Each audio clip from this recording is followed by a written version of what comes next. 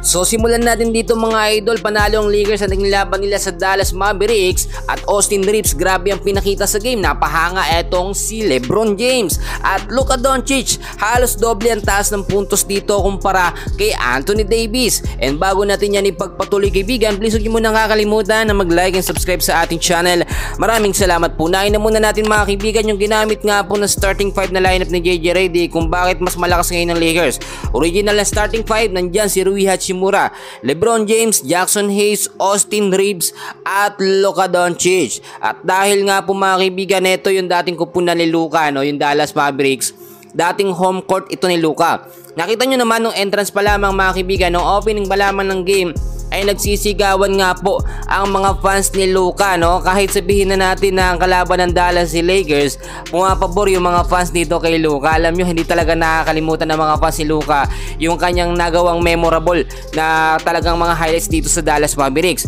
At napaiyak pa nga si Luka, nakita natin yan, very emotional siya dahil nga sa kanilang pagkakapanalo. Ito yung sinasabi ko sa inyo na pagbawi o revenge na ginawa ni Luka dito nga po sa Dallas Mavericks matapos siyang i-trade nito nga pong si Nico Harrison, no? Natulala na lang si Nico, hindi siya makapaniwala na ang binitawan niyang superstar ngayon ay nagpapanalo sa Lakers. So tignan natin mga kaibigan, nung first quarter ang ganda nung naging game, talagang very intense and crucial. Wala talagang gusto magpatalo, syempre naman, no? Pero kung titignan ho ninyo, lamang ng 4 points, no, dito sa first quarter ang Dallas Mavericks sa 30-26. Pero pagdating naman ng first half o natapos yung first half mga idol, nakita naman natin 57-60. Dito nakakahabol na at tumataas na ang puntos ng Los Angeles Lakers. Alam nyo, ang Dallas Mavericks, alam nila ang galawan at sistema nito nga po si JJ Redick. Kaya naman kapag nakita na ng Lakers na umaangat at umaabante ng score ng Dallas, binabago ni JJ Redick ang sistema. Ang ibig ko sabihin, nagkakaroon ng rotasyon sa mga player.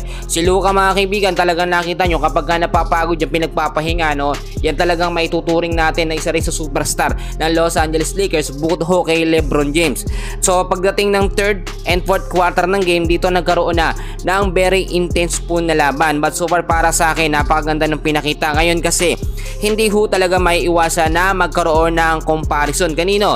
Kay Anthony Davis at kay Luka Doncic. Kung titignan nyo, eto nga pong si Luka Doncic mga idol, sa loob ng 38 minutes of playing time, meron siyang 8 rebounds, 6 assists at 45 points. And so far, ito yung halos isa sa pinakamataas na puntos nga po na naitala nito nga pong si Luka Doncic dito sa Los Angeles Lakers. Samantalang kung titignan nyo naman si Anthony Davis, sa loob po ng 33 minutes of playing time, meron lamang siyang 11 rebounds, 6 assists at 13 points, no? Halos doble o quadruple ang kalamangan ng puntos nga po ni Luka mga kaibigan. At masasabi natin na talagang deserve na mabigyan ng magandang tribute game eto nga si Luka dito nga po sa Dallas. Para sa akin mga kaibigan ko, hindi talaga malilimutan ng mga fans yung naiambag ni Luka sa Dallas Mavericks. So balik tayo mga kaibigan, kung titignan nyo naman din, no, ngayon po ay secured na, napasok na talaga sa playoffs ng Los Angeles Lakers dahil last 3 games na lang sila kung hindi ako nagkakamali, at magkakaroon na naman ng pagbabago muli sa bracket sa playoffs, no?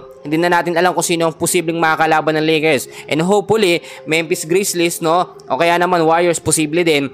Titignan natin yan, magkakaroon kasi ng big adjustment yan. So kung babalikan natin, Rui Hachimura sa loob ng 37 minutes of playing time may 2 rebound, 2 assists at 15 points. Si LeBron James mga kaibigan, 36 minutes of playing time, 7 rebounds, 3 assists at 27 points. Jackson Hayes so far 14 minutes of playing time, medyo mababa yung minuto niya dito. Merong 5 rebound, wala siyang assist pero 3 points po lamang. Austin Reeves mga kaibigan, ito yung sinasabi ko sa inyo, posible o talagang imposible talaga, no, na maging the next superstar ng Los Angeles Lakers dahil sa kanyang pinakita. Alam niyo si Austin Reeves, hindi lang siya magaling tumira sa labas, no, kahit sa loob kayang-kaya niya mag-drive. Nagiging very flexible niya siya dahil sa kanyang mga kakampi. So far sa loob ng 38 minutes of playing time, meron siyang 4 rebounds, 4 assists at 11 points mga kaibigan. Mahirap nang talunin ngayon ng Lakers dahil sa lumalakas na sistema. At kung napapansin nyo, no, mga kaibigan, tignan nyo mabuti.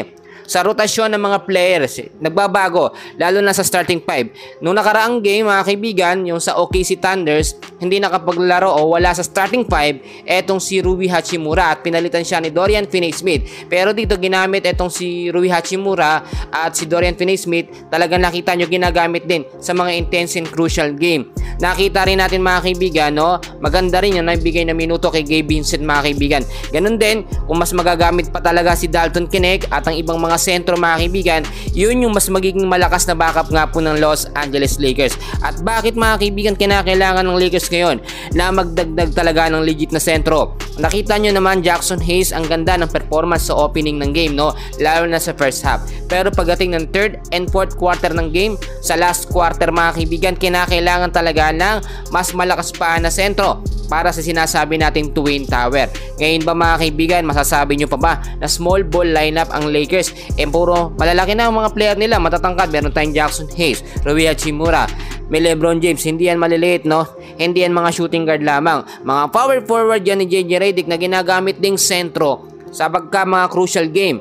Ngayon, si Nico Harrison ay talagang nagsisisi sa kanyang ginawang trade dito kay Luka at kay Anthony Davis. Si Anthony Davis mga kaibigan, hindi siya masyadong pumuputok dito sa Dallas Mavericks. Bakit? Kung tatanungin nyo ako, walang chemistry sa mga player. Yung chemistry na meron nga po kay Anthony Davis, nandito lamang sa Los Angeles Lakers. Kay LeBron James mga kaibigan, kay Austin Reeves at sa iba pang mga player ng Lakers. Kaya hindi nakakapagtaka kapag kalaban ng Lakers at ng Dallas Mavericks at napasama sa starting 5 itong si Anthony Davis, parang walang gana si AD na maglaro, no? Napansin nyo ba yan? Ako napansin ko mga idol, and hopefully nga no, sa mga susunod na game ng Lakers mag-continue ang kanilang mga panalo. Last 3 games na lang, maraming nagsabi na hindi daw maipapanalo ng Lakers yung laban sa Dallas, pero nakita nyo naman ngayon kung ano ang nangyari. So pa yan muna ang update natin. And please pakiusap ako kaibigan ko ng isang like at subscribe sa ating channel and pahit na rin ang notification bell. Maraming salamat sa inyong lahat.